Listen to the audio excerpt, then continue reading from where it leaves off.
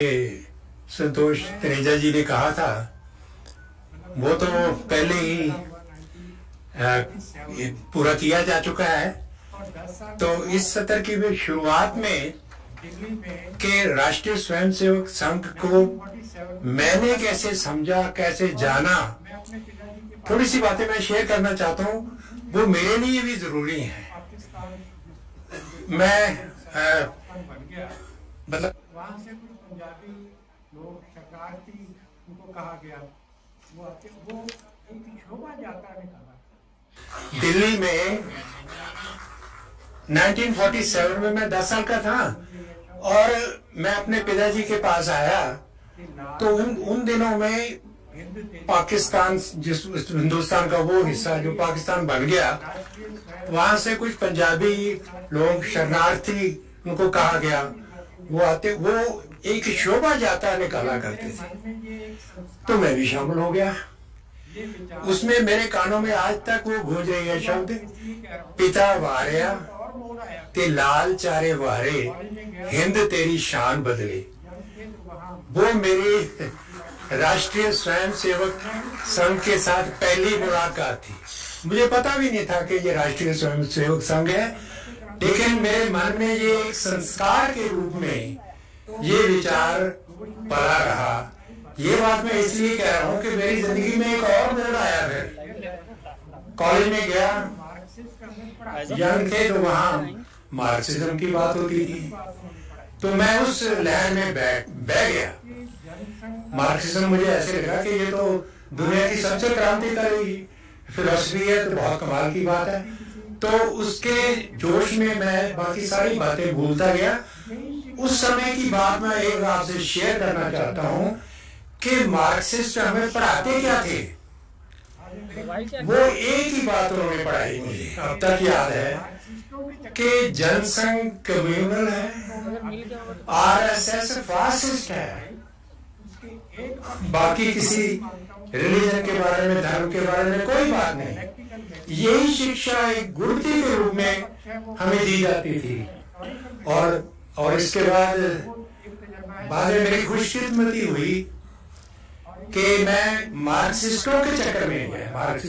Marxism तो मैं अभी समझता हूँ, इसे फिलॉसफी ऑफ लाइफ, उसके एक पक्ष को मैं अभी मानता हूँ कि उसमें बात है, वो है डायलेक्टिकल मटेरियलिज्म।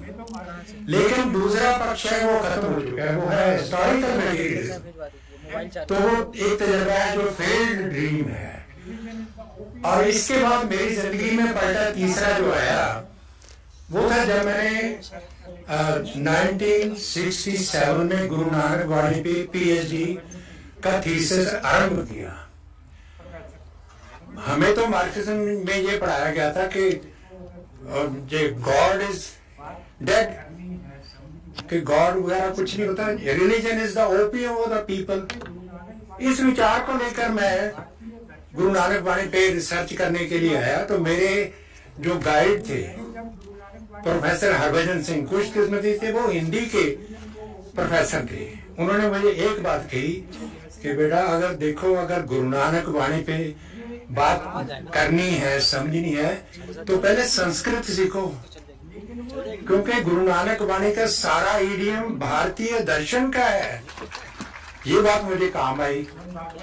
तो मैंने जब गुरु नानक वाणी, मैं तो एक रिलीजन को ओपियम समझ के ही शुरू की थी बात, लेकिन जैसे जैसे मैंने गुरु नानक वाणी पढ़ी, मुझे एहसास हुआ कि मार्क्स ने जो बात कही थी वो सच है, लेकिन वो रिलीजन के ऊपर लागू होती है, धर्म के ऊपर नहीं। मोहन भागवत जी ने धर्म और रिलीजन का बहुत बारीक उन्होंने विश्लेषण किया है। तो वो कैसे, क्योंकि जो रिलीजन है वो फेथ बेस्ड है, वो एक ट्रांसेंडेंट गॉड के ऊपर विश्वास करता है। विश्वास करोगे तो बात आगे बढ़ेगी, नहीं करोगे तो खत्म हो जाएगी। हमारी सभ्यता ब्रह्म केंद्रित है। ब्रह्म इज नॉट गॉड। ब्रह्म क्या है? ब्रीहते इति ब्रह्म, सर्वं खलु इदं ब्रह्म, सत्यम ज्ञानम अनंतम ब्रह्म, अयम आत्मा ब्रह्म। ब्रह्म की जो परिभाषाएं हैं वो तो एक अल्टीमेट रियलिटी की अवधारणा के साथ जुड़ी हुई है। तो हमारा जो धर्म है ये फेथ बेस्ड नहीं, रियलाइजेशन बेस्ड है। ये बात आप नोट कर लीजिए। और मैंने तो इसी दिशा में जब काम किया तो मैंने देखा कि जो हमारे शास्त्र हैं, वेदों से शुरू की मैंने बात, तो अब भी मैं जब गुरबाणी पढ़ता हूँ मुझे वेदों की बातें याद आती हैं, वेदों की बातें, उपनिषदों की बातें पढ़ता हूँ तो गुरबाणी याद आती है। तो इस संदर्भ में मैं आपसे बात करना चाहता हूँ कि सुबह जो बात चली, मोहन भागवत जी ने एक बहुत खूबसूरत डिस्टिंक्शन पैदा कर दी कि राष्ट्रीयता की बात है हमारी, राष्ट्रवाद की भी नहीं है, नेशनलिज्म की भी नहीं है, नेशन की भी नहीं है। क्योंकि बहुत से चक्कर जो पैदा हुए हैं, जो वेस्टर्न कॉन्सेप्ट है ना, नेशन स्टेट हाउस से पैदा हुए हैं। जेएनयू में जब ये नारा लगा कि भारत तेरे टुकड़े होंगे, तो टुकड़े तो नेशन स्टेट के तो होने ही हैं। लेकिन हमारा जो देश है, हमारा जो राष्ट्र है, ये तो सिविलाइजेशन स्टेट है, नॉट ए नेशन स्टेट। ये तो एक ऐसी प्राचीन सभ्यता जो संसार की सारी सभ्यताओं से प्राचीन है। अब जो राखीगढ़ी की बात हुई थी, राखीगढ़ी, बिराना, द्वारका और मेहरगढ़, ये सभी आर्कियोलॉजिकल एविडेंस से सिद्ध होता है कि जो हमारी सभ्यता कम से कम 10,000 साल, मोहन भागवत जी ने कहा 12,000, इससे भी पुरानी हो सकती है। और इसमें प्रॉब्लम क्या हुई, हमारे जो leftist so called eminent historian थे, उन्होंने एक डिवाइसिव टेक्निक अपना के हमें तोड़ दिया। हमारी जो शिक्षा नीति, हमें भारतीय ज्ञान तो किसी ने पढ़ाया ही नहीं, हम अपने आप स्वाध्याय से पढ़े हैं, लेकिन जो हमें पढ़ाया गया वो इतना भ्रांतिपूर्ण एक नैरेटिव है कि आर्य हमलावर के रूप में बाहर से आए, सेंट्रल एशिया से आए। जब उन्होंने इनके कर्ताओं ने कहा कि नहीं ये बात ठीक नहीं है, तो उन्होंने कहा चलो कोई बात नहीं, वो एक माइग्रेशन थ्योरी उन्होंने एक कल्पना कर ली कि वहां से हमलावर के रूप में नहीं है, माइग्रेशन के रूप में आए। अब तो ये बात भी खत्म होगी। अब जो बात है, उन्होंने क्या किया, उन्होंने हमें डिवाइड कर दिया, नॉर्थ और साउथ, दलित और कुलीन, और पता नहीं क्या क्या चीजें, ऐसा डिवाइसिव नैरेटिव उन्होंने दिया कि हमारे समाज के टुकड़े टुकड़े कर दिए। आज सुबह ही मैं सुन रहा था, मोहन भागवत जी एक हमारे जो दूसरे माइनॉरिटी कम्युनिटी के मौलवी ने इनको बहुत खूबसूरत बात कही कि मोहन भागवत जी राष्ट्र ऋषि हैं, राष्ट्रपिता है। ये क्यों कहा उन्होंने? क्योंकि उन्होंने देखा कि ये तो जोड़ने की बात कर रहे हैं। अब देखिए, हमें जो पढ़ाया गया 70 साल से राष्ट्रीय स्वयंसेवक संघ के बारे में, वो तो हमें तो ऐसा है कि ये संस्था डेमोनाइज्ड कर दी उन्होंने। लेकिन खुशकिस्मती से जब मैं प्रोफेसर कपिल कपूर जो जेएनयू के प्रोवाइस चांसलर थे, उनसे मैं जब मिला, उन्होंने मुझे राष्ट्रीय स्वयंसेवक संघ की कुछ संस्थाओं से इंट्रोड्यूस कराया। और एक संस्था शिक्षा संस्कृति उत्थान न्यास से कराया। उन्होंने क्या किया, उन दिनों सीबीएसई में गण के इतिहास पढ़ाया जाता था। गुरु तेग बहादुर जी को कहा था कि ये लुटेरे थे, और औरंगजेब के बारे में कहा था कि ये तो बहुत शरीफ बादशाह था, टोपियां सी की को गुजारा करता था। वो कैसा शरीफ था जो दूसरे के धर्म को परिवर्तन करने के लिए तलवार का भय का जो करता था। और गुरु तेग बहादुर जी की शहादत, उसकी गवाही उससे बड़ी क्या हो सकती है। और गुरु तेग बहादुर जी की शहादत के बारे में गुरु गोविंद सिंह जी ने 4 लाइनें कही हैं। तिनक जंजू राखा प्रभुता का, कीनो बड़ो कलु में साका, साधन हेत इति जिन करी, शीस दिया पर सीनक उचरी। और फिर उसमें जो इम्पोर्टेंट बात है कि धर्म हेत साका जिन किया। गुरु तेग बहादुर जी की जो बलिदान है, शहादत नहीं मैं कहूंगा, वो तो जिहादियों की होती है, उनका जो आत्म बलिदान है वो धर्म के हेत है, और धर्म इज नॉट रिलीजन, ये मजहब नहीं है। धर्म है धार्यति इति धर्म। धर्म वो है जो धारण करता है, जो गुरु नानक वाणी में आता है, तौल धर्म दया का पूत, संतोख थाप रखिया जिन सूत। कि धर्म तो वो बल है जिसके सींगों पर ये दुनिया टिकी हुई है, और वो पुत्र किसका है? दया का है। और उसको स्थापित किसने किया? संतोष ने। दया हम दूसरे के ऊपर करते हैं और संतोष अपने ऊपर करते हैं, ये है हमारा धर्म के। और गुरु अर्जन देव जी ने तो बात ही उन्होंने एक सूत्र में बता दी कि सर्व धर्म में श्रेष्ठ धर्म हरि को नाम जप निर्मल कर्म। तो आज मुझे लगता है कि आज हमें राष्ट्रीय चेतना को, ना तो जो नेशन स्टेट वाली चेतना को हम रिजेक्ट करते हैं, क्योंकि वो हमारी सभ्यता है, उसकी दो बातें हैं जो किसी सभ्यता में नहीं है।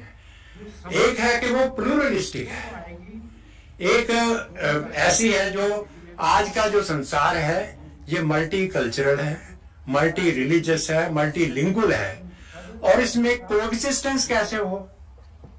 आज मोहन भागवत जी का सारा ही व्याख्यान जोड़ने वाला रहा है।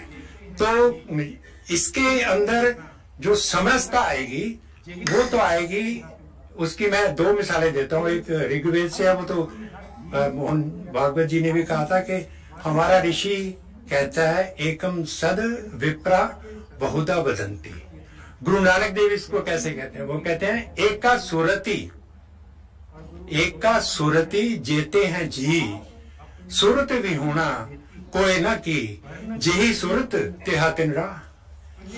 के हर व्यक्ति, हर जीव, हम तो आदमी की, मानव की बात भी नहीं करते, हम तो जीव की बात करते हैं कि संसार के सभी जीवों में एक चेतना है, जैसी उसकी चेतना है वैसा ही वो रास्ता चुनता है।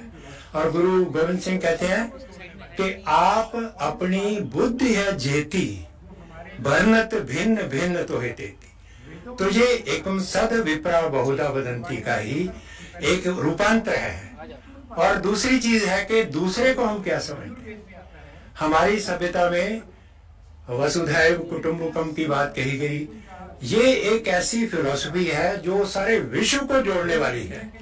और इस बात को जो हमारे वेदों में उसको कहा गया, एक वेदों का, मुझे गुरबाणी और वेदों का कंपैरेटिव स्टडी करता हूँ तो बड़ी खूबसूरत बातें मुझे आती हैं। तो यजुर्वेद में आता है एक मंत्र, बहुत खूबसूरत है। वो कहते हैं कि मित्रस्य चक्षुषा सर्वाणि भूतानि समीक्षन्ताम, कि मैं दुनिया के सारे जीवों को मित्र की नजर से देखता।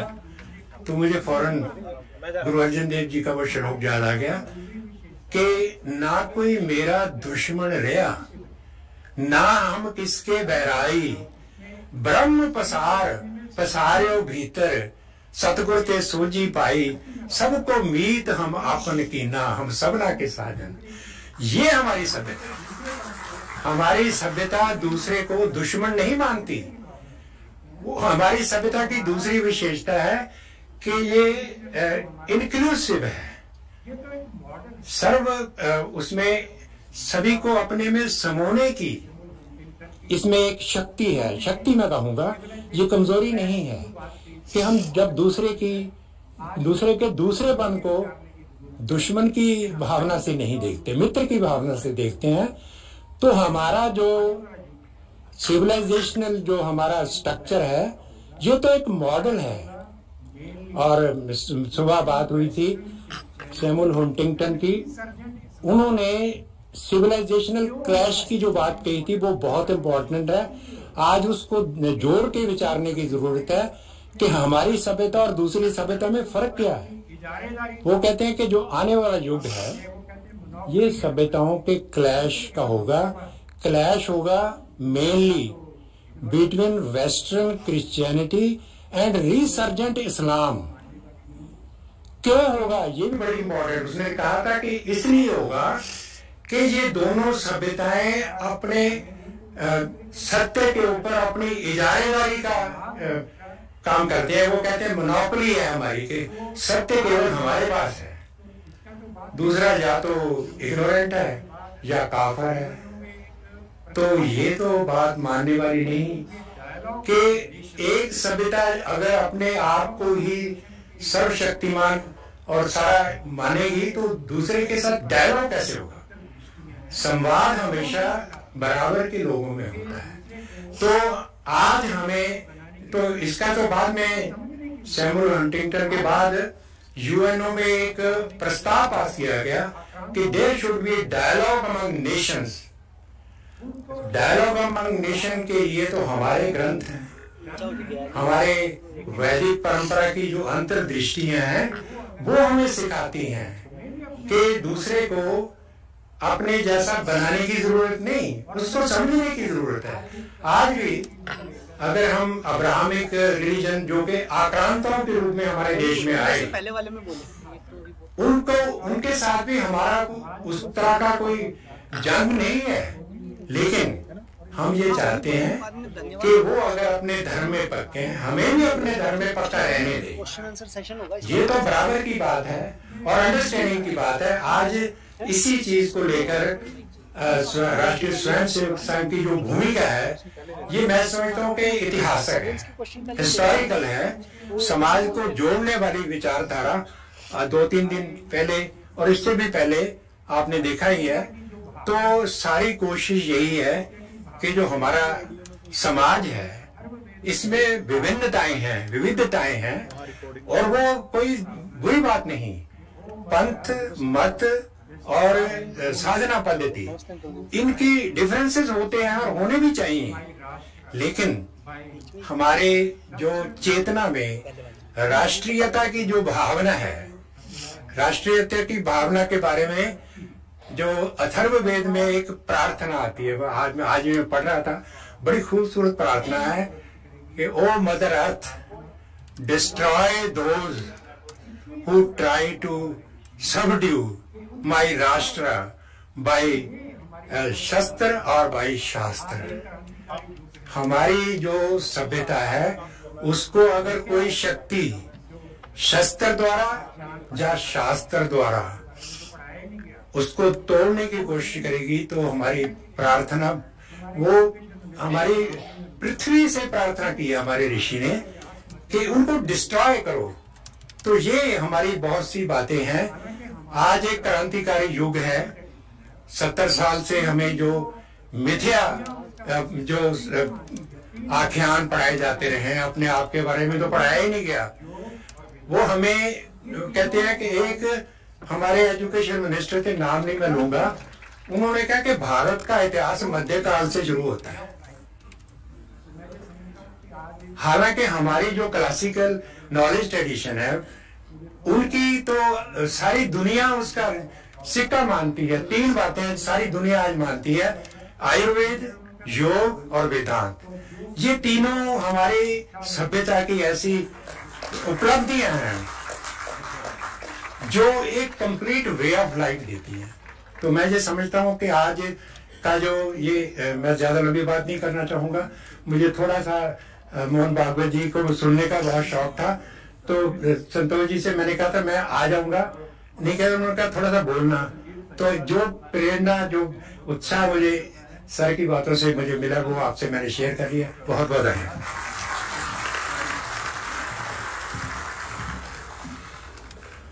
इस सत्र का जो व्याख्यान है उससे पूर्व एक गीत श्री राजेंद्र शर्मा जी प्रस्तुत करेंगे, जो संगीत आचार्य हैं गंधर्व महाविद्यालय में और संगीत संहिता संस्थान के निदेशक हैं, बहुत पुराने कार्यकर्ता हैं। और गीत है अंतर मन के भाव से जोड़कर राष्ट्र देव का ध्यान धरे। राजेंद्र शर्मा जी।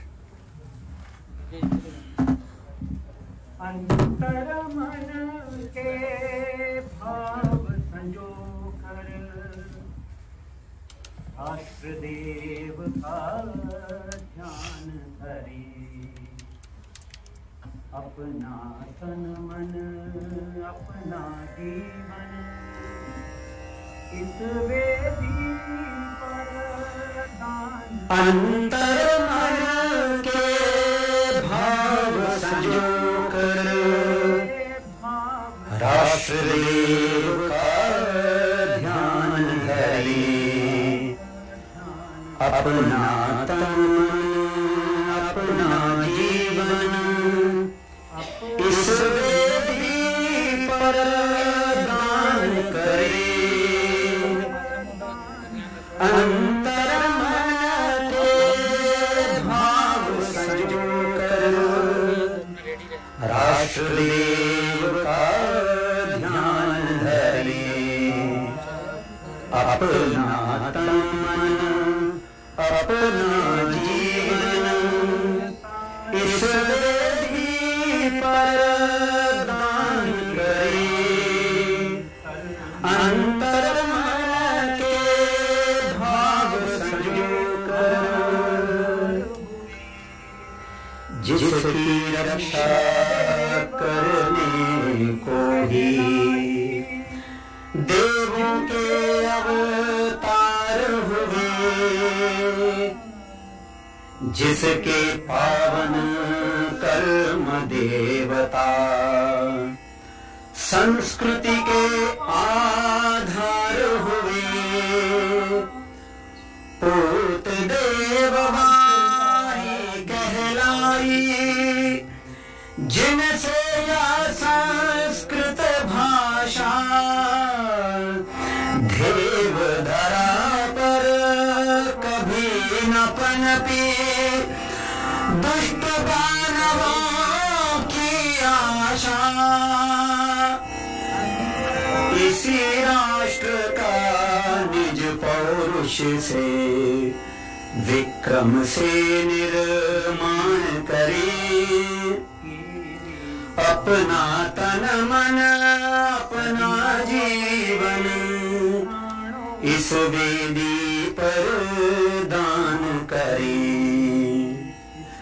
अंतर मन के भाव संजो कर जिसकी पूजा की वीरों ने सदियों अपने प्राणों से।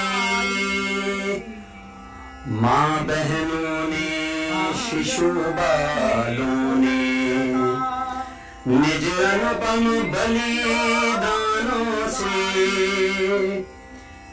जिसकी जय जय करते कहते लाखों ने फांसी पाई। जिसके आंगन में स्वतंत्रता देवी ने लोरी गाई। इसको अजर अमर करने को फिर सशक्त बलवान बने।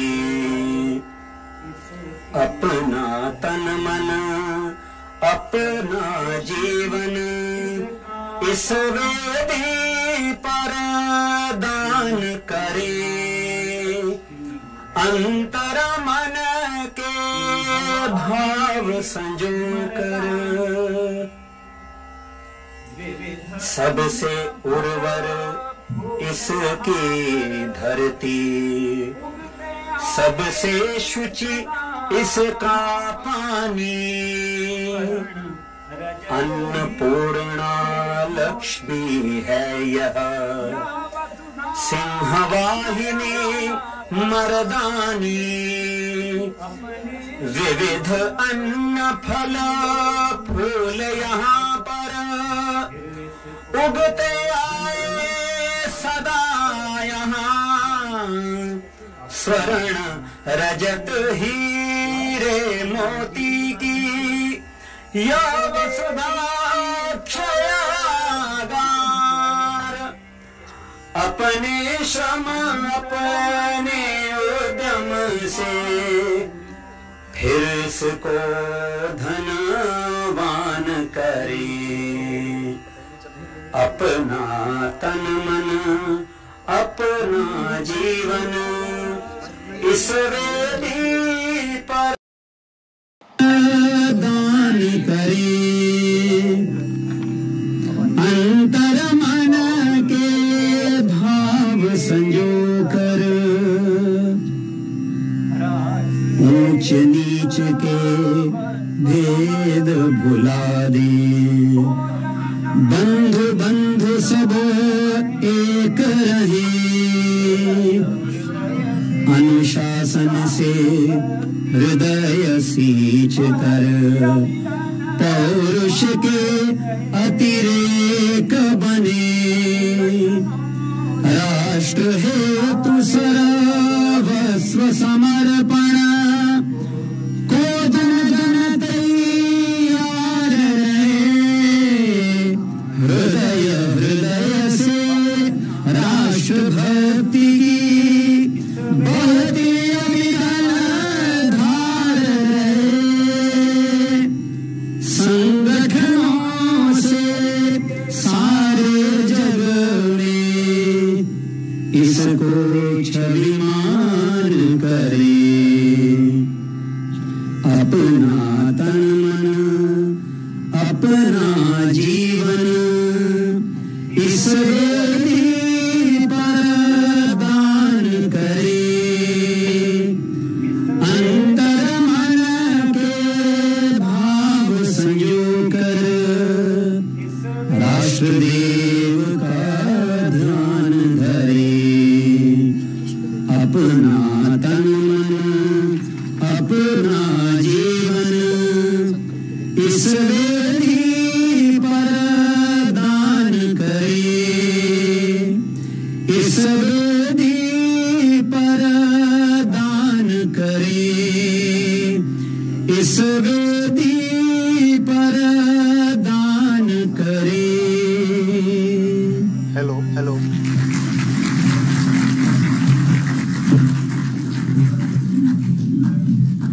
धन्यवाद राजेंद्र जी। देवियों और सज्जनों, हम जानते हैं कि आज भारत भारतीयता और भारतीयता बोध की एक धुरी की एक संस्था के रूप में राष्ट्रीय स्वयंसेवक संघ ने एक पहचान बनाई है। हम सब उस संगठन को जानते हैं और वर्षों से जानते हैं, परंतु हर संगठन नए समय के साथ, समकालीन समय के साथ नई तरह से उद्घाटित होता है, उसकी नई नई व्याख्याएं भी होती हैं, उसके नए नए आयाम खुलते हैं। और इस सब को जानने के लिए पूज्य सरसंघ चालक जी से बेहतर अधिकारी पुरुष कौन हो सकता है। मैं उन्हें आमंत्रित करता हूं कि कृपया राष्ट्रीय स्वयंसेवक संघ विषय पर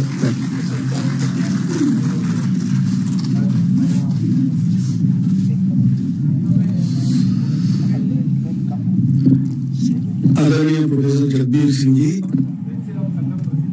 आदरणीय संतोष जी, आदरणीय प्रसन्न जी, उपस्थित सज्जन माता भगिनी, तो पहचान बना दी है और उद्घाटित नया संघ में ऐसा बहुत कुछ है नहीं। वैसे अब संघ प्रसिद्ध है, इसलिए संघ के बारे में थोड़ा थोड़ा थोड़ा दूसर ऐसा चित्र सबके आंखों के सामने रहता है। सामान्य भाषा में ये हिंदूवादी लोग हैं, ऐसा लोग कहते हैं,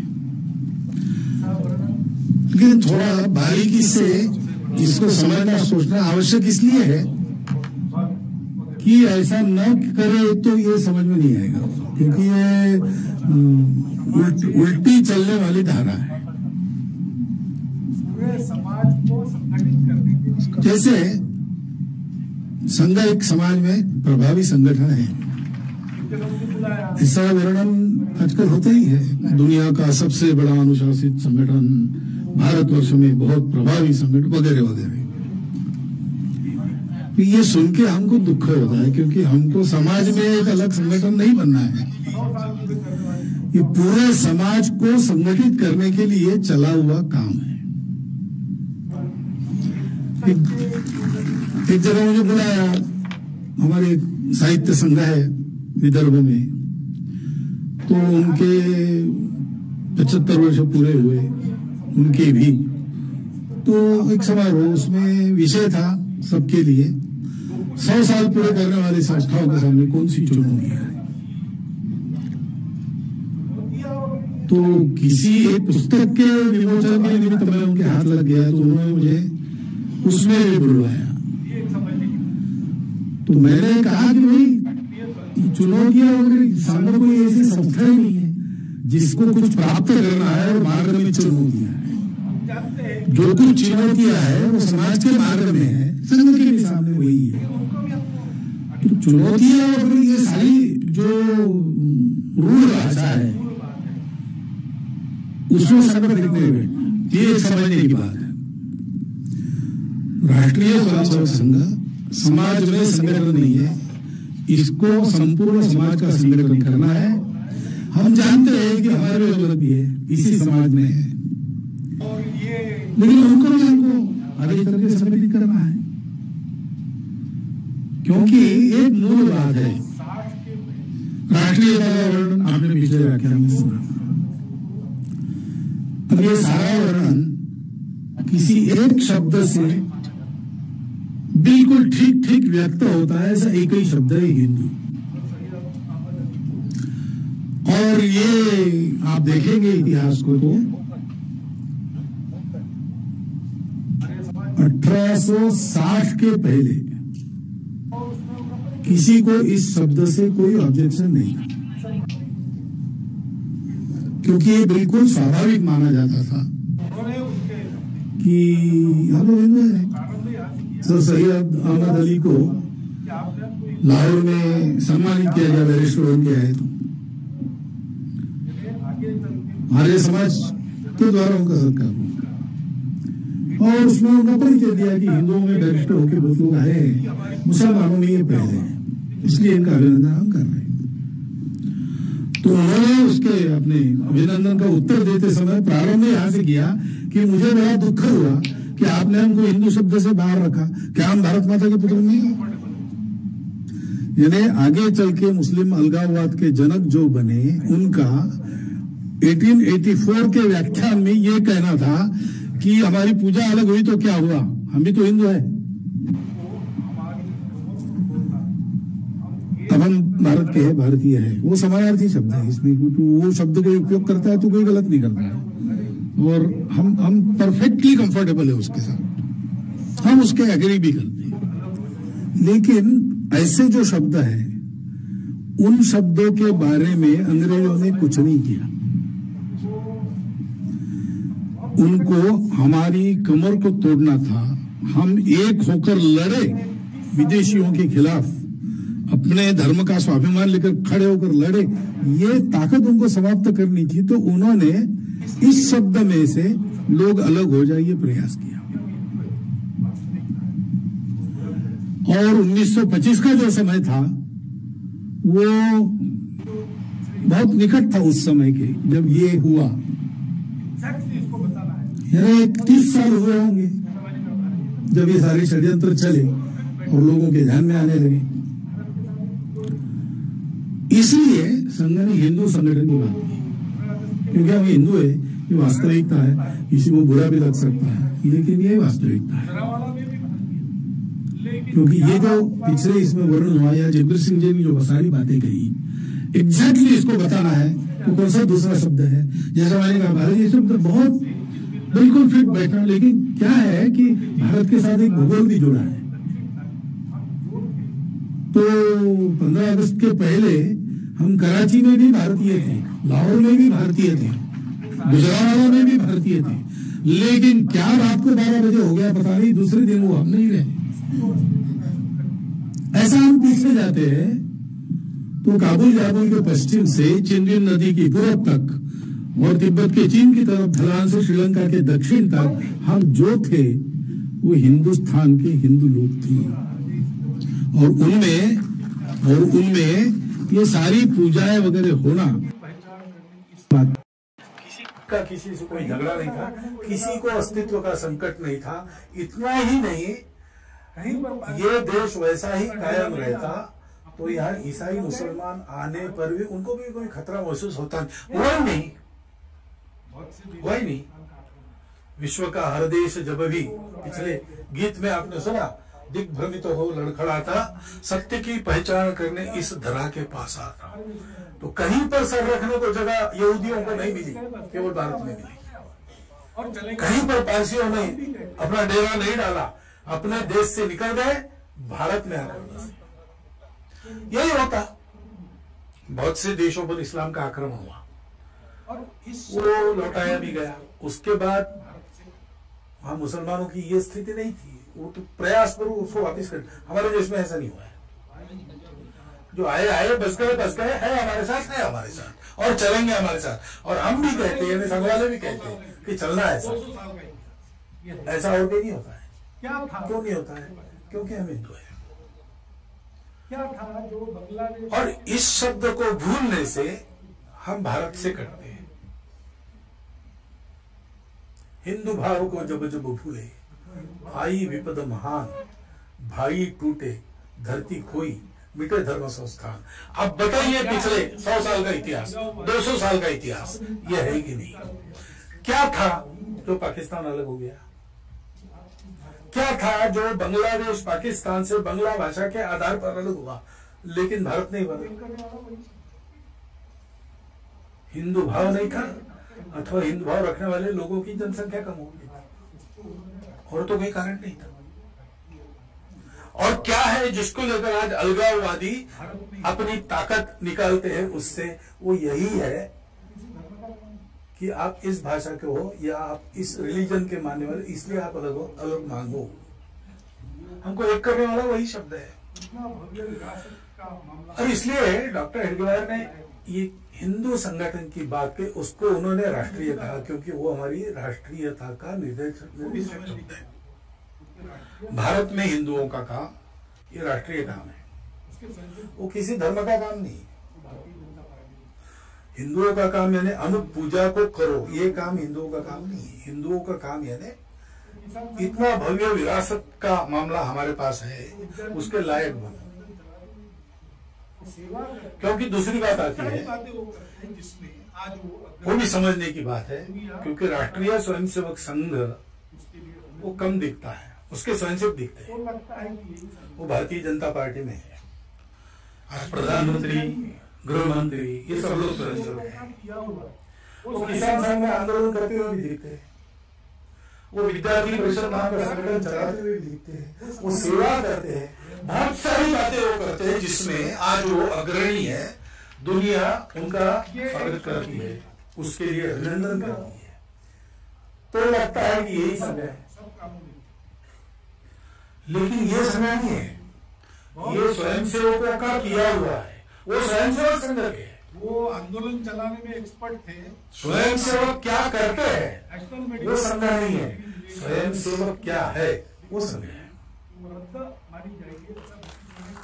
ये एक समझने की बात है।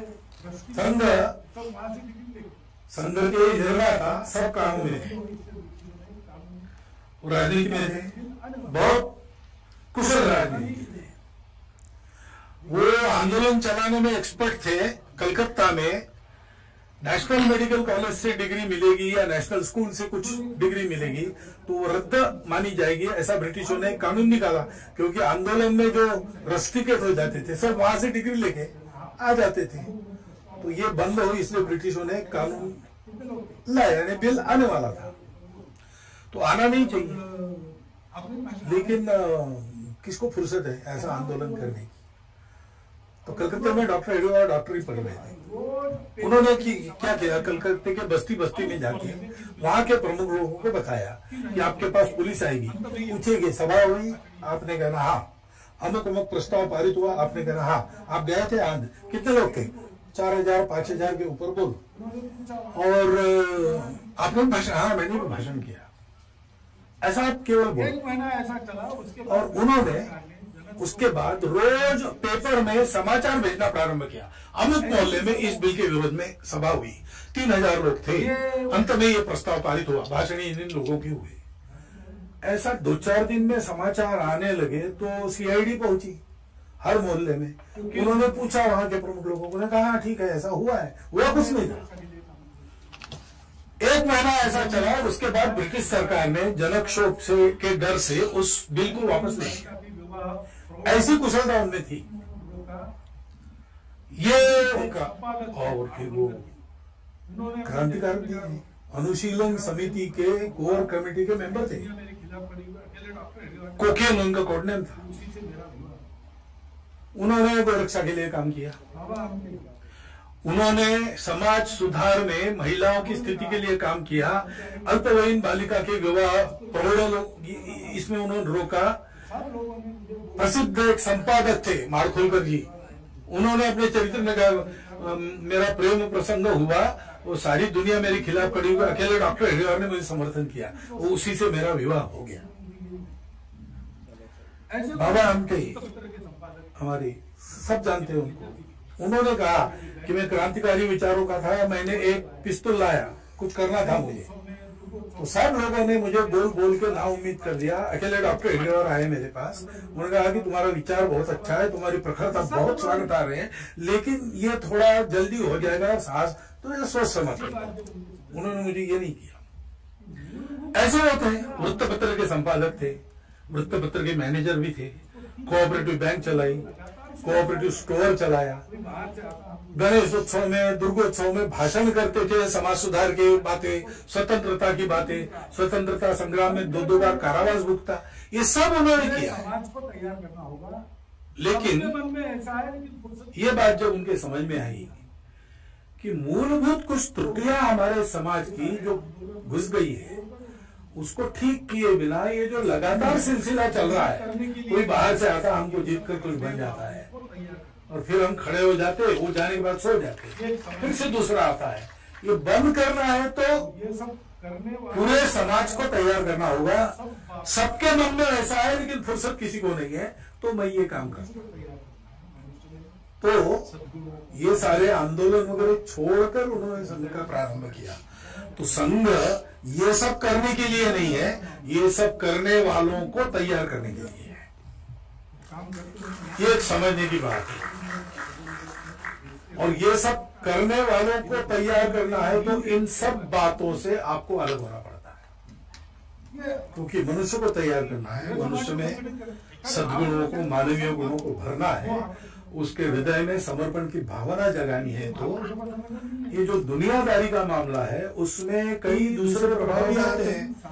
कुछ काम करते हैं तो नाम होता है, नाम होता है तो फोटो निकलता है, फोटो निकलता है तो देखते रहे ऐसा लगता है, फिर फोटो मिलते यही देखते हैं, बाकी कुछ नहीं देखते। ये क्योंकि पूरे समाज को संगठित कर महापुरुष है तो सब बातों को मोह आकर्षण को टुकड़ा आगे बढ़ता है, लेकिन ये महापुरुषों का संगठन नहीं है, ये संपूर्ण समाज का संगठन है। तो इन सारे पत्थर परहेजों में रखकर उनको बड़ा करना एक ताकत बन जाएगी। उसके बाद वो बाहर जाके काम करेंगे, लेकिन वो जो काम करेंगे वो संघ के नहीं होंगे, क्योंकि ये एक तो कर्तृत्व उनका है, परिश्रम उनका है, दूसरा संघ ने उनको वहां कुछ अच्छा करने के लिए तैयार किया है। सब मनुष्य हो सकता है, एकाधा व्यक्ति न कर पाए, एकाधा व्यक्ति भूल जाए अपनी शिक्षा को, अच्छा काम करे, अभी तक वो संघ की बात नहीं। मुझे बाय ट्रेनिंग वेटरनरी डॉक्टर बनाया, मैं संघ का प्रचारक बना, इसलिए मेरा कॉलेज कुछ नहीं कर सकता। उसने मुझे ट्रेनिंग वेटरनरी डॉक्टर बनाया, लेकिन मैं संघ का प्रचारक बन गया। लेकिन वो किया हुआ उनका, तो हमने एक ध्यान में रखकर कुछ बनाया स्वयंसेवकों को, अब वो काम कर रहे हैं, अच्छा काम कर रहे हैं। अभी तक संघ को नीचे देखना पड़े ऐसा कुछ नहीं हुआ है। ये सारे कार्य थोड़ी बहुत कैजुअलिटीज ये चलता ही है, 20% डैमेज उसका ये भी लेती है, तो ऐसा हो सकता है। लेकिन ठीक है, ऐसा चल रहा है, लेकिन वो किया हुआ उनका है, तो भी उसका क्रेडिट उनका है। गड़बड़ हो गई तो थोड़ा डिस्क्रेडिट हमारा भी होता ही है, तो वो थोड़ा ही हो, इसलिए ये सारे कार्य स्वतंत्र अलग स्वायत्त चलते हैं। संघ उन पर रिमोट या डायरेक्ट कंट्रोल नहीं करता। एक तो उनका अनुभव उनकी एक्सपर्टाइज है, हमारी नहीं है, लेकिन होती तो हम नहीं करते है ना। अभी भाजपा के संगठन मंत्री कितने साल रहने के बाद आज जवाहरलाल जी संघ के अधिकारी यहाँ बैठे हैं, तो वो भाजपा में संगठन मंत्री थे तो वहां ध्यान देते थे, अब इधर आ गए तो वहां ध्यान नहीं देते। उनकी एक्सपर्टाइज है, संगठन उनके लेकिन अब संघ है तो उस टाइप की अनुशासन है। ये सारे संगठन स्वतंत्र अलग स्वायत्त स्वावलंबी है। संघ उनको कंट्रोल नहीं करना। इतिहास को देखो, संघ उनका पोषण करता है, संघ सब अच्छे कामों का पोषण करता है। धर्मों की एक क्वालिटी रही तब अच्छा कोई भी अच्छा काम किसी को करना है, हमारी ताकत है वो करने की, हम जरूर उसके लिए करेंगे। और सब करो। लेकिन ये क्या है, क्यों चाहिए ये सब? देखो भाई, क्योंकि समाज की जो गुणवत्ता है सारी बातों से निर्णय करती है। सोल्जर सच्चे और कमांडर अपने इतिहास को देखो, और कमांडर बड़ा बहादुर है, लेकिन नेता और अनुयायी दोनों की एक क्वालिटी रही तब अच्छा हुआ। तो देश को बड़ा करने की एक भी गड़बड़ हुआ इसमें से एक तरफ तो सब गड़बड़ है। नीति भी होती है, पूज्य बाबा साहब जी हमको बताते थे, लीडर्स भी होते हैं, देखो भाई, लेकिन समाज होता कमांडर अच्छे चाहिए, सोल्जर्स अच्छे चाहिए। है। ये सब लोग सोल्जर्स अच्छे और कमांडर रोने वाले हैं तो कुछ नहीं हो सकता, और कमांडर बड़ा बहादुर है लेकिन सोल्जर भाग जाने वाले हैं तो कुछ नहीं हो सकता।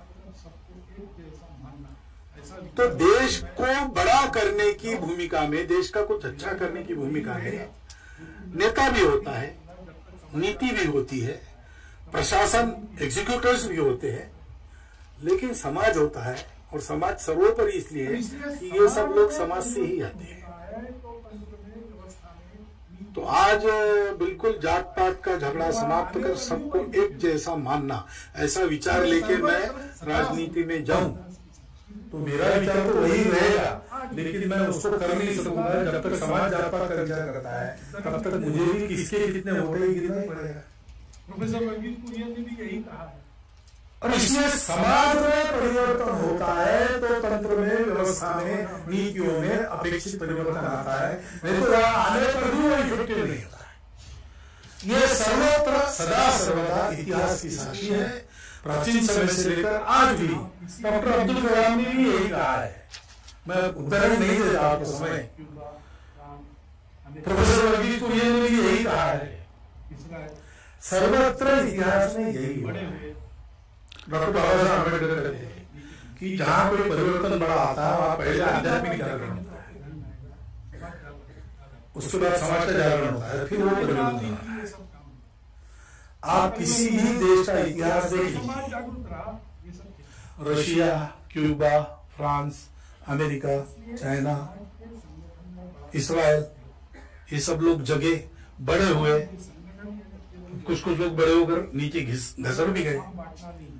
सारी बात आप देखेंगे तो आपको ध्यान में आएगा, समाज जागा पहले, फिर नेता नीति ये सब काम में आए, फिर परिवर्तन हुए, और जब तक समाज जागरूक रहा ये सब ठीक रहा। इसलिए समाज के संगठन का बड़ा महत्व है। और ये संगठन यानी केवल जोड़ना नहीं है, जोड़कर काम बांटना नहीं है। ऑर्गेनाइजेशन अंग्रेजी में जो कहते हैं, संगठन उससे आगे जाता है। संगठन के लिए आपको ठीक प्रतिशब्द चाहिए, तो भगवत गीता में जिसको लोक संग्रह कहा है वो संगठन लोगों को गलत मार्ग से जाने से रोकना, सही मार्ग पर अग्रसर करना, और इसके लिए लोगों को जोड़ना, संग्रह। तो इसलिए इसमें एक लक्ष्य होना पड़ता है, क्योंकि लोग ऐसे तभी होते हैं जब कोई भव्य लक्ष्य है। तो संघ ने लक्ष्य लिया, परम वैभव ने तुम्हें तो छुड़ाया, लेकिन वही पिछली चर्चा जो हुई, परम वैभव अपना तो अपनी पहचान पर निर्भर है, और हम धर्म प्राण हैं। इसलिए विधायास्य धर्म से संरक्षण, ये क्लास डाला है, प्रार्थना रोज करते हैं हम। ये जो परम वैभव हमको प्राप्त करना है वो बाह्य और रूप नहीं। समाज की लंदन शहर में आप जाएंगे, बड़ी बड़ी बिल्डिंग देखेंगे, कोई वहां का रहने वाला भारतीय आपके सामने, तो हर बिल्डिंग किस देश को लूट कर बनी वो आपको हम बताएगा। ऐसे बन जाएंगे, भगवान चाहेगा कि इस बार यहाँ पर परम वैभव भी प्राप्त होगी। और इसलिए हम कहते हैं विजय सभ्यता कार्य शक्ति, हम धर्म का संरक्षण करेंगे और समाज की सामूहिक कार्य शक्ति के भरोसे करेंगे। समाज खड़ा होता है तो कौन आना है? विजय त्रिचरण हमको बुलाना नहीं पड़ेगा भगवान को, हे भगवान अवतार लो, हमारा उद्धार करो। हम ऐसे बन जाएंगे, भगवान चाहेगा कि इस बार यहाँ पर अवतार हो। योग्य बनने का काम है। और बाकी पहले और इसलिए हम कहते हैं विजय त्रिचरण समता कार्य शक्ति, संवत कार्य शक्ति, वो विजयशाली, उसको पराजय पता नहीं होता, क्योंकि होता ही नहीं उसका पराजय। सारा समाज खड़ा होता है तो कौन आएगा। विजय त्रिचरण संवताकाश की वेदाय से धर्म से संरक्षण परम वैभव नहीं तो मेदत सुराष्ट्रम समर्था भवतु, योग्य बनेंगे, ये समझा है। योग्य बनने का काम समझा। और बाकी पहले 3 पंक्तियों में जो कहा वो स्वयंसेवकों को करना है। संघ वो नहीं करेगा, स्वयंसेवकों को तैयार करेगा, बाकी कुछ नहीं करेगा, स्वयंसेवक कुछ नहीं छोड़ेंगे। ऐसी देश के उद्धार की स्कीम है, उसमें समर्था भवतु वाला पार्ट है राष्ट्रीय स्वयंसेवक। और ये कैसे होता है, ये भूगोल से सामने है, उसको प्राप्त करना है, ये उत्कटता मन में आती है, मन में आती है तो आदमी अपने आप को तैयार करता है। एक अनुशासन, उसको पता चलता है करना है तो क्या क्या करना है, वो अपने आप उसको स्वीकार करना है। मेरे सहयोग में बढ़े, अनुभव में बढ़े, कर्तृत्व में बढ़े, संघ में बहुत लोग हैं। मुझे सदन संचालक बनाया तब और भी थे, सरकार बनाया तब और उनकी संख्या थी, लेकिन किसी ने ये नहीं कहा कि ये तो बच्चा है, क्योंकि संघ में अनुशासन है, जिसको बनाया उसका मानना। मैं सरकार बना तो मेरे पिताजी विभाग संचालक थे, मैं घर में जाता था, मैं शाखा में जाता था, वो मुझे प्रणाम करते थे, क्योंकि एक अनुशासन है, ये पद्धति बनी है। वो पद्धति क्यों बनी है? संगठन को ठीक रखने के लिए बनी है। सब लोग खुद होकर उसका पालन करते हैं, उनको बताना नहीं पड़ता। इसलिए संघ में डिसिप्लिन है, लेकिन डिसिप्लिनरी एक्शन नहीं है। शाखा में रोज जाना चाहिए, जाते हैं संसद, जो नहीं जाते उनका हम क्या करते हैं? हम कुछ नहीं करते, क्या कर लेते? हमारे पास क्या सैंक्शन है? हम संघ में आह्वान करते हैं, देश के लिए आओ, देश के लिए आओ और दो, लेना कुछ है नहीं, हम मिलेगा कुछ नहीं, थैंक यू भी आपको कोई नहीं बोलेगा। आजकल जरा कठिन जाता है, क्योंकि संसदों को मिल रहा है, संसदों का नाम भी हो, तो नए आने वालों को समझाना पड़ता है, भाई संघ में, संघ के स्वयंसेवकों का ऐसा होता है, लेकिन संघ से नहीं होता है। वो अपने कर्तृत्व से उनका कुछ होता है, देश की आवश्यकता के लिए कुछ होता है। यहाँ तो कुछ नहीं मिलेगा, सब करो और क्यों नहीं किया इसलिए गाली खाओ, बस यही है। कबीरा खड़ा बाजार में लिए लुकाटी हाथ, जो घर फूके आपनो चले हमारे साथ, यही है संघ का अपील। लेकिन ये चलता क्यों है? वो लक्ष्य है, और उसके चलते ये अनुशासन लोग अपने ऊपर लाद देते हैं, और उसमें चलना है, कष्ट तो होता ही है, कठोर है, लेकिन ये सारी बातें ठीक होती है। और इतने मोह आकर्षणों में भी सामान्य रूप से स्वयंसेवक ठीक इसलिए रह पाता है कि हमारे संबंध ये आत्मीयता के संबंध है। हमको सबको मिलकर अपने देश को बड़ा करना है, इसलिए हम एक दूसरे के हैं। संघ किस आधार पर चलता है? आत्मीयता के आधार पर चलता है, शुद्ध सात्विक प्रेम। दूसरा कोई संघ में मिलने वाली बात नहीं है, दूसरा कोई सैंक्शन हमारे पास नहीं है। वो आत्मीयता का व्यवहार दिन प्रतिदिन लोग अनुभव करते हैं, ऐसा व्यवहार है।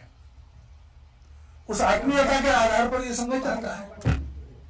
संपूर्ण हिंदू समाज को संगठित करेंगे, ये संपूर्ण विशेषण महत्व का है, क्योंकि हिंदू शब्द की कक्षा में अपने आप को मानने वाले हिंदू है ही, लेकिन जो हिंदू है और अपने आप को मानते नहीं या जानते नहीं कि वो है, और हम कहें कि आप हिंदू है तो विरोध करते, ऐसे भी हिंदू है। कोई ऐसा नहीं चाहिए दुश्मन, क्योंकि हमारे लिए जो भारत माता के पुत्र हैं, जिनको विरासत में भारत की संस्कृति मिली है, और जो भारतीय पूर्वजों के वंशज है, वो सब हिंदू है। उनको जानना चाहिए कि वो हिंदू है, और हिंदू सहित सबको अच्छे पक्के सच्चे हिंदू बनना चाहिए। इसलिए संघ एक्सक्लूसिव है नहीं, इसको कोई ऐसा नहीं चाहिए दुश्मन, ए हिंदू जागो वो तुमको मारेगा, संगठित हो जा, ये अपील नहीं है। अपील यही है, हिंदू हो तुम हिंदू हो, इसलिए जागो, हिंदुस्तान को बढ़ा दो। संघ का कोई दुश्मन नहीं, हिंदू का कोई दुश्मन नहीं। हमारा काम जोड़ने का लेकिन नहीं है। जिनके स्वार्थ पूरे नहीं होते हमारे चलते, वो हमारे बारे में दुश्मनी खड़ा करने का प्रयास करते हैं। कुछ लोग जानबूझकर, कुछ लोग भोले बनने अज्ञान में हमसे दुश्मनी करते हैं। हमारा प्लान क्या है, कल उनको भी हम स्वयंसेवक बनाएंगे हमने ये नहीं कहा और कुछ नहीं, उनको जोड़ना ही है। हमारा काम जोड़ने का, जीत का नहीं है। आपने बताया ना, गुरु नानक देव जी ने शक्ति कैसे मांगी, प्रार्थना में हमने शक्ति मांगी है। हम कहते हैं अजय्यांच विश्वस्य देहि शक्ति। उसका अर्थ होता है कि हमको कोई न हरा सके ऐसी शक्ति चाहिए। हमने ये नहीं कहा कि हम सबको जीत सके ऐसी शक्ति हमको चाहिए। सोच समझ के आए शब्दों, जानबूझ के 2 दिन के चिंतन के बाद संस्कृत शब्दों का उपयोग किया गया है। यानी मैं अपने अनुमान से, या आज ये तर्क दे रहा हूँ नहीं, सिंधी में बैठक हुई इसके लिए 1939 में। उसमें प्रार्थना के आशय पर चर्चा हुई क्या क्या होना चाहिए। फिर उस आशय को लिखित करके भेजा गया और संस्कृत शब्दों की योजना भिड़े जी थे संस्कृत लिखने वाले, उन्होंने करके दी। तो उसमें शब्द ये नहीं है दूसरों को हम सुरक्षित रहे, जो आपने कहा, ये सब अच्छी बातें, जोड़ने वाली बातें। सारी पृथ्वी अपना कुटुंब है, आपस में जगह, इसको करने के लिए हम जीवित तो रहे ना। दुष्टों की जालिमों की दुनिया में हमको जीवित रहना पड़ेगा। तो इतनी शक्ति चाहिए कि हम न मरे, हम बच जाए ये सब करने के लिए। अजय्यांच ऐसा कहा है, और साथ में सुशील मांगा है, जो शक्ति के उपयोग की उचित दिशा देता है, दुर्बलों की रक्षा। तो ऐसा ये संघ का संगठन चलता है और बड़ा सिंपल है, ये अनौपचारिक है। जैसा मैंने कहा, सबकी जो पद्धति है वैसी हमारी नहीं है। संघ शुरू हुआ, कुछ दिन उद्देश्य पका था, वो कार्यक्रम हो गया 5:30 बजे सुबह डॉक्टर साहब के घर में 25-30 कितने लोग इकट्ठा है पता नहीं, मतभेद है आंकड़ों में। तो कहा उन्होंने आज से ये समय शुरू होगा, मैंने समय शुरू किया, ऐसा नहीं हम शुरू करने जा रहे, ऐसा नहीं था। ये भगवान का काम है, ये यशस्वी हो रहा है, वो शुरू हो रहा है, ऐसा उन्होंने कहा। बाद में लोगों को विचार करना गया है, तो बोले तय किसने किया, बैठो। उस संघ का नाम भी उस समय तय नहीं था, वो बाद में आया, नाम की जरूरत पड़ने लगी, क्योंकि संघ शब्द बहुत बड़े नाम में आता है। नाम बाद में तय हो गया, फिर उसके अधिकारी बाद में तय हो गए। संघ के सरसंघ अधिकृत रीति से कब बने, 29 में। संघ शुरू हुआ 25 में। डॉक्टर हिरवार प्रमुख तो थी, संस्था बनी हुई, लेकिन उनको सरसंघ चालक कहा गया 1929 के नवंबर में। नाम बाद में तय हुआ, कोई संविधान नहीं था, एक पद्धति बनते चले गई। बाद में उसको लिखित किया 1950 में हमने। तो जैसे एक मनुष्य की सहज स्वाभाविक उत्पत्ति होती है, फिर उसका नाम बनता है, फिर उसके गुणवर्धन होते हैं, फिर वो जो अच्छा करता है बुरा करता है लोगों के सामने आता है, फिर वो अपने आप को बनाता है, अपने घर को संभालता है, ये सब करता है। वैसे धीरे धीरे संघ बहुत स्वाभाविक प्रक्रिया में से बना है। ये संगठन है, हमें कोई ऐसी सिस्टम आर्टिफिशियल को ऐसा कुछ नहीं है। जो हम सब है उसी को हम कहते हैं कि याद करो तो हम बन जाएंगे, एक दूसरे से जुड़ जाएंगे। हम है क्या है उसको हम भूल गए, इसलिए हम एक दूसरे से झगड़ा कर रहे हैं। हम सब है, जो कुछ हम अपने आप को मानते हैं वो हम सब है, क्योंकि हम जो है वो इन सबको स्वीकार करना पड़ता है। मैं अमुक जाति का हूँ, सबको अच्छा बनाता है। हमारा जो है वजूद वो कहता है बिल्कुल ठीक बात, तो उस जाति का मैं अमुक को पूजा करता हूँ, हाँ ठीक है, वो भारत की नहीं है, हाँ ठीक है, भाषा ठीक है, लेकिन ये सब होने के बाद भी इसके ऊपर तुम ये हो, वो हम है, उसकी याद हिंदू शब्द से समझ लेता है और सबको अच्छा बनाता है। बड़ा होना और अपने बड़प्पन का उपयोग समाज को बड़ा करने के लिए करना। तेरा वो अमर रहे महामंदिर चार लगे, और ये भाषण को होता नहीं, इसके लिए आदत बनानी पड़ रही है, इसलिए रोज आना पड़ रहा है। रोज अपना समय काट कर देश के लिए कार्य बाद में करना, पहले 1 घंटा निकालो देश के लिए, मिलेगा कुछ नहीं। आओ वहां बाकी बात भूल जाओ, सब महंगाई भूल जाओ, जीएसटी भूल जाओ, और क्या क्या है, पाकिस्तान भूल जाओ, चाइना भूल जाओ, सब भूल जाओ। अंदर आके केवल भारत माता की भक्ति के गीत गाओ।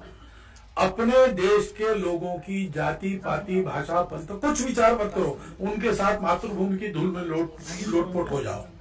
मिलकर काम करना सीखो, मिलकर खेल खेलना सीखो, अपने मन को खोल दो, तो मनुष्य बनता है। ये रोज करो तो फिर उन कृतियों से आदत से स्वभाव से शील, ये संघ की पद्धति है। ऐसा संघ आपके सामने है। अब उस संघ के लोग यहाँ पहुंचे वहां पहुंचे, नहीं पहुंचते तो भी संघ अपना काम करते रहो। वो पहुंच गए तो भी हमने हो गया कृतार्थ, शाखा बंद करो, ऐसा नहीं किया है। क्योंकि हमको समाज के प्रत्येक व्यक्ति को जोड़ना है। वो जब तक हम नहीं करेंगे तब तक हमारा काम पूरा नहीं होगा। पूरा होते तक हमको करना है, जल्दी से जल्दी करना है, लेकिन पूरा होने के पहले छोड़ना नहीं है। ऐसा एक संघ अपने देश में चल रहा है। वास्तव में वो अपने समाज को अपनी पहचान पर ठीक से खड़ा करने का काम है। देश की सारी समस्याओं का उपाय उसी में से निकलता है। जो फंडामेंटल तैयारी और इंफ्रास्ट्रक्चर चाहिए, उसके बिल्डिंग का काम संघ करता है। बाकी सारा काम स्वयं सेवक समाज को साथ लेकर अन्य सब लोगों को जोड़कर मिलकर करते हैं। वो उनका उनके पास है, संघ अपना काम करता है। इतनी जानकारी संघ की मैं आपके सामने रखता हूं। शेष आप अपने प्रश्नों में पूछ लीजिए। बहुत बहुत धन्यवाद।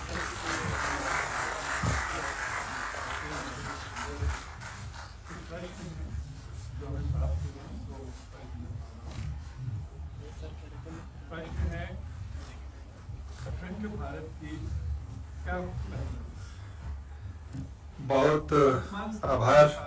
इतने कम शब्दों में राष्ट्रीय स्वयंसेवक संघ जैसे विशद संकल्पना वाले संगठन की व्याख्या आपके ही माध्यम से संभव थी। कुछ प्रश्न हैं जो हमें प्राप्त हुए हैं, वो प्रश्न मैं पढ़ रहा हूं। प्रश्न है, अखंड भारत की क्या परिकल्पना है? वर्तमान स्थिति में इसका अर्थ क्या है तथा क्या यह संभव है? यह प्रश्न एमसी गुप्ता जो 1960 बैच के IAS हैं उनकी तरफ से भी है, और श्री संतोष पाठक यहाँ पर होंगे, पाठक जी, इनकी तरफ से। अखंड भारत है। अखंड भारत एक भावना है और एक परंपरा है और एक संस्कृति है। वो सब आज भी अखंड भारत कहने के बाद आपके सामने जो जो उभा रहा है उसमें है। कल ही में इमाम साहब के यहाँ गया था, तो उन्होंने कहा कि ये जो पैगंबर साहब का जन्मदिन मनाते हैं, क्या कहते हैं उसको, हाँ नबी, मिलादुन नबी, तो वो प्रथा अखंड भारत के बाहर नहीं है। इस अखंड भारत में परंपरा रही है, जयंतियां, पुण्यतिथियां, तो उसका ये परिणाम। शायद सिद्दीकी साहब है, वृत्तपत्र वगैरह चलाते, वो राज्यसभा के मेंबर थे, शायद उस समय समाजवादी पार्टी के मेंबर रहे होंगे। तो उन्होंने मुझे पत्र ये पूछा था कि हम तो भारत के मुसलमान तो हिंदू ही है, क्योंकि वो भजन वजन गए वो तो नहीं हमारे यहाँ, लेकिन कव्वाली चलती है और मूर्ति पूजा तो बिल्कुल निषिद्ध है, लेकिन कब्र बाजार हमारे पास भी है, लेकिन केवल भारत में चलता है। फिर वो आवाज थोड़ा छोटा करके, मैं अखंड भारत की बात कर रहा हूँ, बर्मा से अफगानिस्तान तक, आज के भारत की नहीं कर रहा हूँ, ऐसा उन्होंने मुझे बताया। और कहीं ये बात अगर समझ में आ जाए तो सारे झगड़े समाप्त तो होंगे। उसके लिए सेक्टर कमेटी चाहिए एजुकेशन के लिए, आप लोग विरोध क्यों करते हैं? मैंने कहा बस ये जो बात हमको समझा रहे हैं, हमको 1925 से पता है, आप समझाइए, थोड़ा वातावरण इसके लिए कीजिए, तो हम अपना विरोध भी चलेंगे। क्योंकि बात ये है कि ये हमने कुछ इधर उधर की बातें दिमाग में लाके आपस में और ये रंजिश पैदा करके और ये कर लिया हमने, उसे कोई सुखी तो कोई नहीं है। उस समय भी सब लोग कहते थे मातृभूमि का विभाजन कैसे होता है, ये नहीं हो सकता। एक समाज का विभाजन कैसे हो सकता है, ये नहीं हो सकता। लेकिन उस समय हम उस झाप में थे कि जो अलग दिखते हैं वो अलग है। हमारे यहाँ ऐसा नहीं है। एक होने के लिए एक सा होने की जरूरत नहीं है, हमारी मान्यता है। लेकिन हमने उसको नहीं माना। अब अलग होने के बाद 70 साल में अनुभव तो हमने ले लिया, कोई सुखी नहीं है। तो कभी ना कभी तो इसको जाना है। कौन अब मदद करता है अखंड भारत के भाग रहे देशों को अपने लिए कुछ न रखते हुए मदद करने वाला कौन सा देश है दुनिया का? हिंदुस्तान की सिवा कोई नहीं, भारत की सिवा कोई नहीं। और भारत ये जारी रखेगा, क्योंकि हाँ ठीक है किसी कारण से बीच में तारबंदी हो गई है तो अपनी पूजा अलग अलग है तो क्या हुआ? पूर्वजों की पूजा अलग की थी। कुछ लोग आना चाहेंगे वापस आ जाएंगे, नहीं आना चाहेंगे तो पूजा हमारे यहाँ कौन सी महत्व की बात है। रामकृष्ण परमहंस ने तो इस्लाम की और ईसाईयत की भी अंतिम छोर तक की उपासना करके बताया, जो तो मत तो भक्त। हम ये बात थियरी की नहीं करते, उदारता की नहीं करते, ये प्रत्यक्ष है। सब लोग वहीं पहुंचेंगे, ये प्रत्यक्ष है। हमारे संतों ने देख लिया है करके, और आज भी ऐसा बता सकने वाले संत हमारे पास हैं। और कहा था कि तो कौन सी बड़ी बात है? लेकिन एक न एक दिन ये वापस होगा, क्योंकि ये कृत्रिम है, अहितकारी है, और ये सबको पता चल रहा। बस अब स्वरूप क्या रहेगा? कुछ भी रह सकता है। सार्क जब स्थापन हुआ तो उस समय हमारे सरसंघ चालक बाबा साहब देवरस थे। उन्होंने उसका विजयादशमी के भाषण में स्वागत किया था और कहा था कि हमारे लिए तो ये अखंड भारत की कल्पना के तरफ बढ़ाया हुआ कदम है। हो सकता है राज्य अलग अलग हो, लेकिन सहयोग आपस का होना चाहिए। 2 साल बाद मैंने ढांचा गिरने के बाद की बात है, उस समय यहाँ सार्क होने वाला था, वो पोस्टपोन हो गया 6 महीना, ढाका में हुआ। और ढाका में वहां की वजीर आलम उस समय जो थी वो अध्यक्ष थी, वो उतरने वाली थी, प्रेमदास लंका के बैठने वाले थे। तो अब वो संघ पर बयान था, इसलिए मैं फुर्सत में था। तो मैं एक दिन के लिए घर में था, मैं फुर्सत में था, लेकिन घर के लोग काम में थे, दोपहर अपने काम में चले गए। अकेला बैठा तो टीवी लगाया, और टीवी पर वो सेरेमनी उनका वो जो चलता है वो चल रहा, और प्रेमदास का भाषण शुरू हुआ।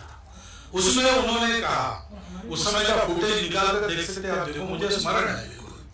उन्होंने कहा कि देखो हम सब लोगों को एक रहना चाहिए। ये जो हुआ अयोध्या में कुछ हुआ, इसलिए हमको 6 महीना पोस्टपोन करना पड़ा, जगह बदल, ये ठीक नहीं है। ऐसी छोटी मोटी बातों का असर हमारे इस मिलन पर नहीं होना चाहिए, क्योंकि बड़े बड़े देश छोटे देशों को आजकल निगलते हैं। हम सब लोगों को साथ रहना पड़ेगा, और हमारे लिए बिल्कुल स्वाभाविक बात है, क्योंकि आज हम दुनिया के नक्शे पर अलग अलग देश दिखाई देते हैं, लेकिन है तो एक ही मुख्य भारत भूमि के अंग।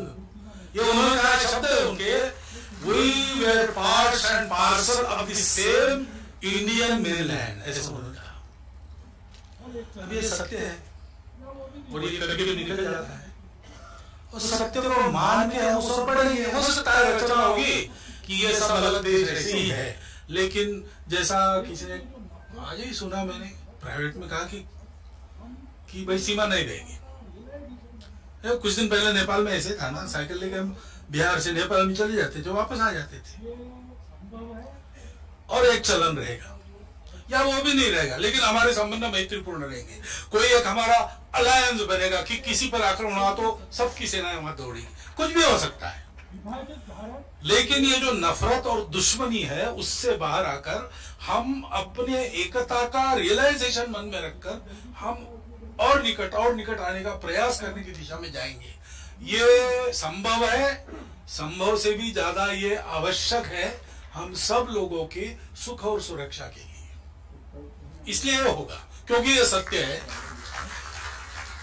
विभाजित भारत हम देख रहे हैं, बुरा सपना वो है, क्योंकि हम सोए हैं। जिस दिन सब लोग जागेंगे ना, ये सपना जितने जल्दी टूटता है उतने जल्दी टूट जाएगा और हम सत्य में आएंगे। जिस दिन ये होगा, अखंड भारत होना ही है।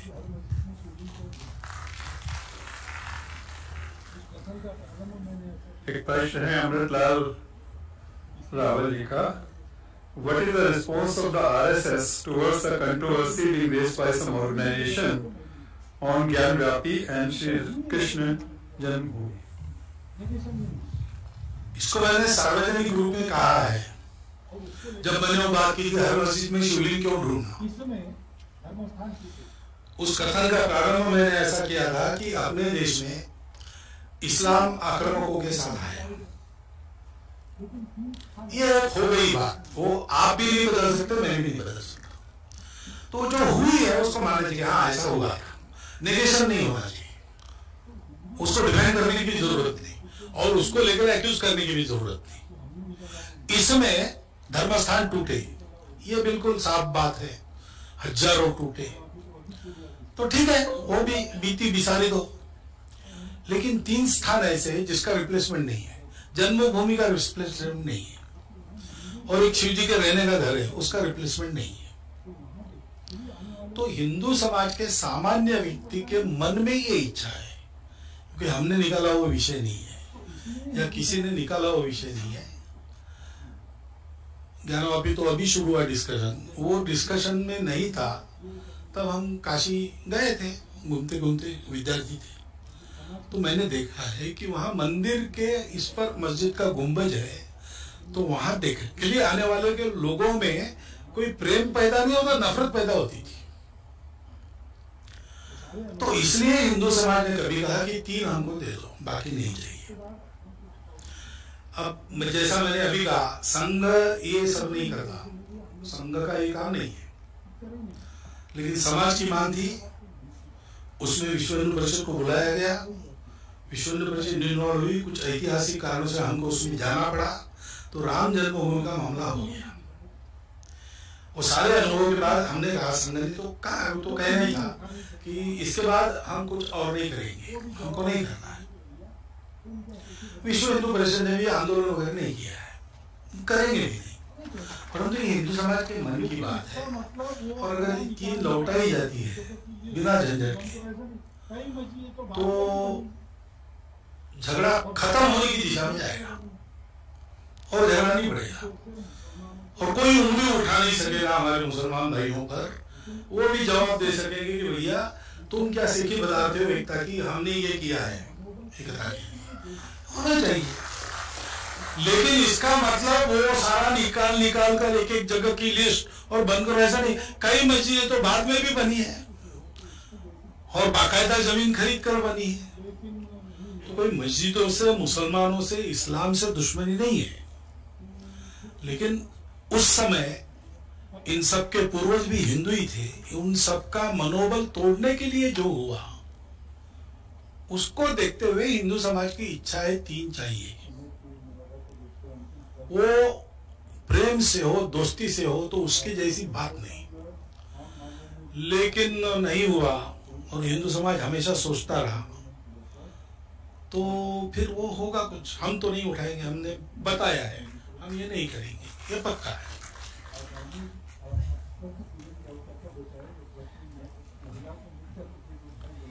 समय की मर्यादा को देखते हुए अंतिम प्रश्न, राष्ट्रीय स्वयंसेवक संघ आम मानवों में आपसी भाईचारा, प्रेम, सौहार्द बढ़ाकर संगठित होने का मूल मंत्र लेकर मां भारती की सभी संतानों को लक्ष्य प्रेरित जीवन जीने के लिए प्रतिबद्ध करता है। आगामी शस्त्र पूजन के अवसर पर दशहरे के उपलक्ष्य में एक महिला को मुख्य अतिथि रूप में बुलाने का उसने उत्कृष्ट नवाचार भी किया है। दहेज प्रथा जैसी दशकों से चली आ रही कुरीतियों के दमन के लिए तथा इस प्रकार के अन्य प्रयासों के लिए संघ का क्या मत है? तो नवाचार नहीं है। मैं जिला प्रचारक था अकोला जिला विदर्भ में उसका, तो अकोला के विजयादशमी उत्सव में औरंगाबाद के कुमुत्ताई रांगणेकर उनको अध्यक्ष बुलाया था और डॉक्टर हेडगेवार जब थे तब संघ के शिविर में राजकुमारी अमृत कौर जो कांग्रेस की वुमेन विंग की उस समय अध्यक्षा थी, शायद महाराष्ट्र में थी या ऑल इंडिया थी पता नहीं, लेकिन ऑल इंडिया, वो आई थी शिविर हमारा देखने के लिए। और अनुसुईया बाई काले उधर की एक अच्छी महिला नेत्री वो भी आई थी। और कमलाताई होस्पेट जी का अध्यक्ष के नाते भी भाषण हमारे उत्सव में हुआ। वो नवाचार नहीं है लेकिन ठीक है, यानी उनका भी बराबरी का सहभाग राष्ट्र निर्माण में होना चाहिए। तो समिति के साथ हमारा ये पक्का है, शाखा पुरुषों के लिए हम चलाएंगे, महिलाओं के लिए वो चलाएगी। बाकी सब कामों में महिला पुरुष साथ काम करते हैं और हमारे उत्सव में वो भी आती है, बुलाते हैं हम कभी कभी, ऐसा नहीं है। लेकिन ये जो कुप्रथाएं वगैरह है ना, वो अपने धर्म के समझ का कम होने के कारण हुई है। ये दहेज का आपने नाम लिया, ये दहेज किस, वो खरीदारी थोड़ी है शादी ब्याह। हाँ, पहले प्राचीन प्रथा है, स्त्री धन देते थे, क्योंकि ये जो लड़की जाएगी पराये घर में आजीवन उसके पास कुछ धन रहेगा, कुछ हो गया तो उसके लिए वो सहारा है। उस स्त्री धन को हाथ नहीं लगाना है, वो उसी का है, उसका विनियोग वही करेगी। मरते दम तक उसको रहेगा और तब तक रह गया तो मरने के बाद किसको देना वो बता के जाएगी। अब ये था उसका स्त्री धन, तो कितना धन ये होने लगा, कितना धन तो वो पहले दो फिर लड़की लाओ, ये होने लगा। ये सब अपने पतन की बात है। हम लोगों को अपने आचरण में, अपने धर्म की समझ में बहुत सुधार की आवश्यकता है। गत 2000 वर्षों में हमने धर्म के नाम पर पहले जानबूझकर बाद में अज्ञान में बहुत अधर्म किया है। वो सब हमको ठीक करना पड़ेगा निर्ममता से, तब फिर ये सारी बातें ठीक होगी। और इसलिए इनके लिए जो जो प्रयास चलते हैं उन सब प्रयासों में संघ का पूर्ण समर्थन और जहां जितनी शक्ति है वहां उतना सहयोग ये रहता है, रहेगा।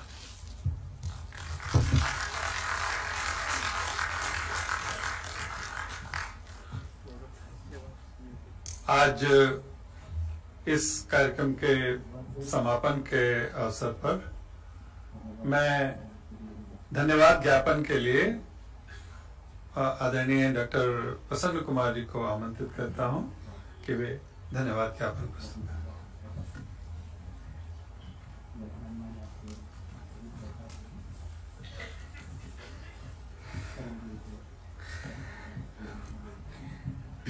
एक बार फिर आप सबको धन्यवाद ज्ञापन के लिए मैं खड़ा हूं।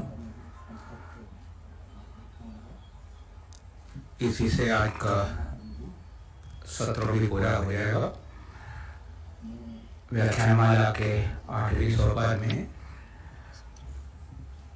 परम पूज्य सरसंघचालक जी ने जो 2 व्याख्यान हमारे सामने किया और हमें हम सबको उनका मार्गदर्शन मिला, प्रेरणा भी मिली। मैं सबसे पहले डॉक्टर मोहन जी भागवत को आप सबकी तरफ से धन्यवाद करता हूँ। मैं इस अवसर पर आप सबके लिए पूर्व प्रशासनिक पूर्व सिविल सेवा अधिकारी मंच के बारे में 2 शब्द बताना चाहता हूँ, क्योंकि मैं उनको भी यहाँ कभी करीब 90 फॉर्मर सिविल सर्वेंट्स ने कन्फर्म किया था। हमें करीब 100 वर्किंग ब्यूरोक्रेट्स ने भी कन्फर्म किया था,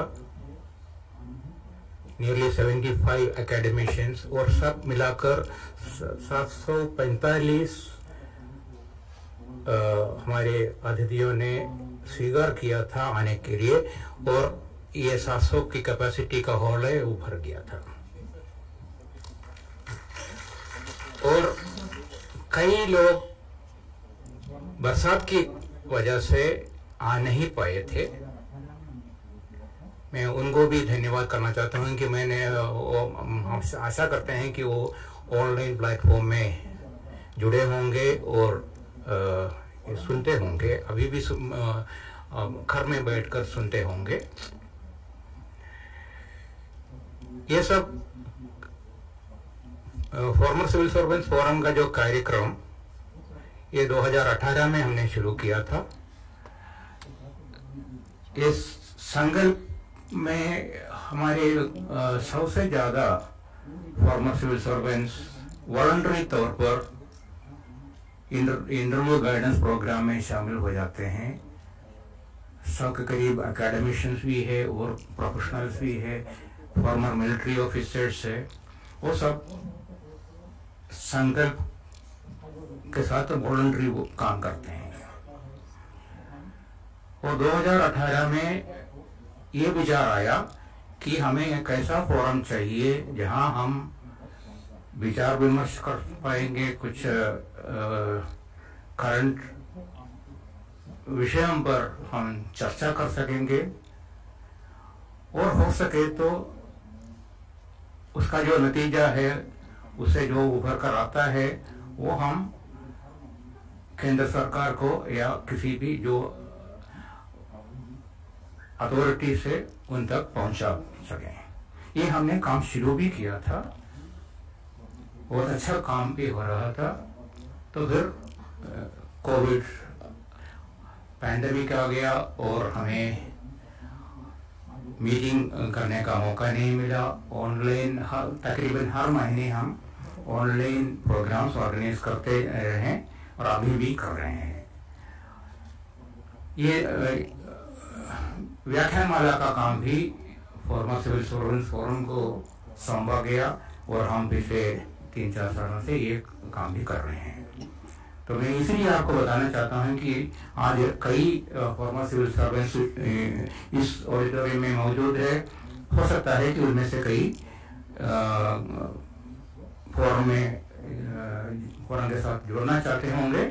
उनको मैं इन्वाइट करता हूं कि ये एक नेशनल फोरम है। हमारे कई राज्यों के अधिकारी, कई राज्यों में रहने वाले अधिकारी इसमें मेंबर्स है और हमारा थोड़ी बहुत कार्यक्रम भी चल रहा है। बहुत ज़्यादा नहीं, उनकी पैंडेमिक की वजह से और लॉकडाउन की वजह से हमने बहुत ज़्यादा काम नहीं किया।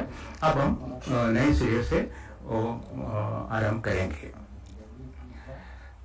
तो जो भी फॉर्मर सिविल सर्वेंट, जो भी वर्किंग ब्यूरोक्रेट्स, एकेडमिशियंस, ये सब जो आ गए हैं इस कार्यक्रम में उपस्थित है फिजिकली या ऑनलाइन प्लेटफॉर्म में, मैं आप सबका धन्यवाद करता हूं।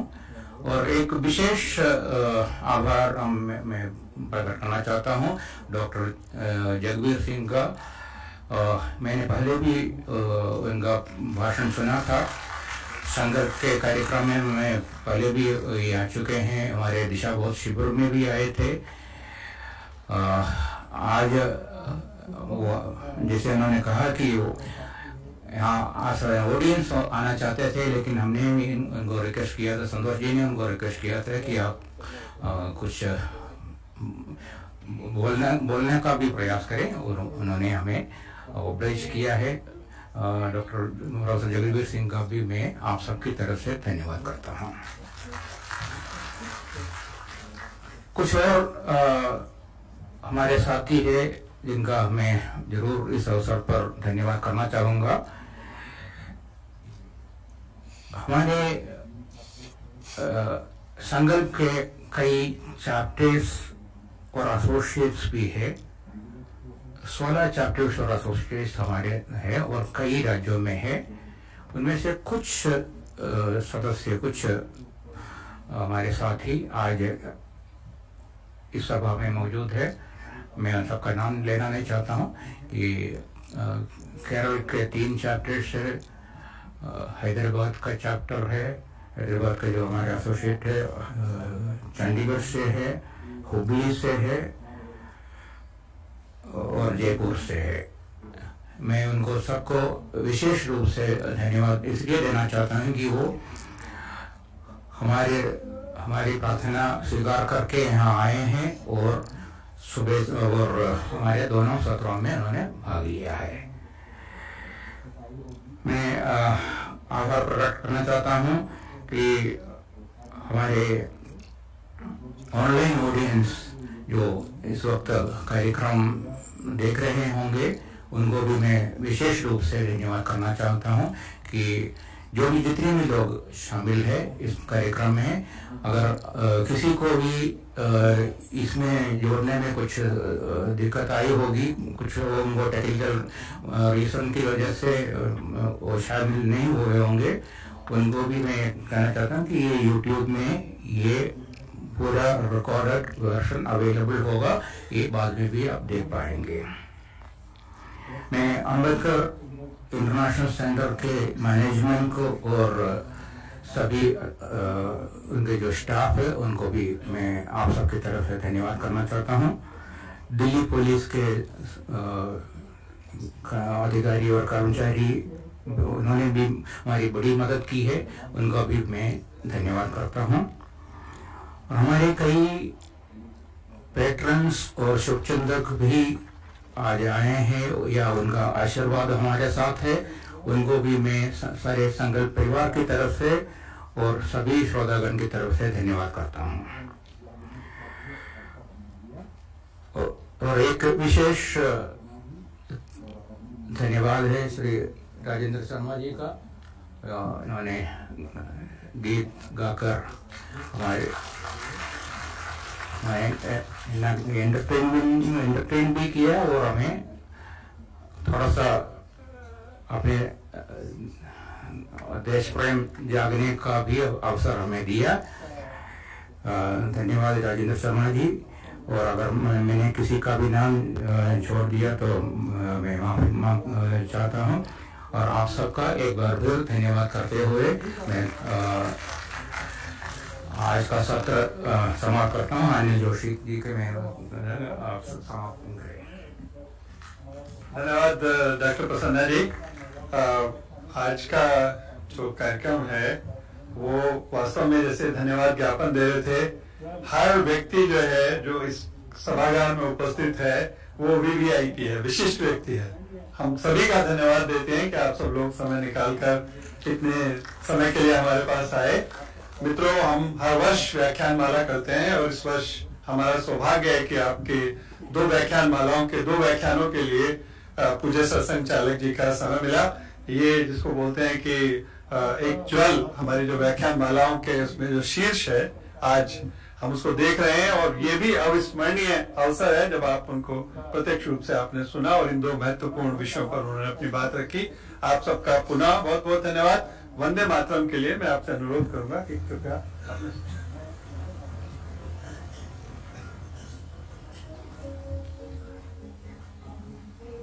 हम लोग वास्तव में बड़े आभारी हैं। भारत सरकार के 2 मंत्री, माननीय मंत्री जी हमारे बीच में हैं, उनका मैं पुनः बहुत आभार व्यक्त करता हूं। और इसके अतिरिक्त कई संसद सदस्य हैं, कई अन्य माननीय प्रमुख लोग हमारे बीच में हैं, मैं उनका भी आभार करता हूं। मैं वंदे मातरम के लिए अनुरोध करता हूं कि वंदे मातरम।